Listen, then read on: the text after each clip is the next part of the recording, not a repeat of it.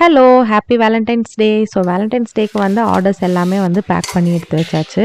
Morning அடை தோசை பிரேக்ஃபாஸ்ட்டுக்கு prepare பண்ணுறதுக்காக நைட்டே எல்லாமே ஊற வச்சாச்சு. கடலைப்பருப்பு, அரிசி, உளுந்து, அது கூடவே ஜீரகம், ஒரு 5 வரமிளகாய் சேர்த்து ஊற வச்சுருந்தேன். ஸோ காலையில் எழுந்திரிச்சு அதை மிக்சியில் நல்லா அரைச்சிட்டு கூடவே வெங்காயம், பச்சை மிளகாய், அதுக்கப்புறமா கருவேப்பிலை சின்ன சின்னதாக கட் பண்ணி சேர்த்து இந்த மாதிரி தோசை மாதிரி ஊற்றிக்கலாம்.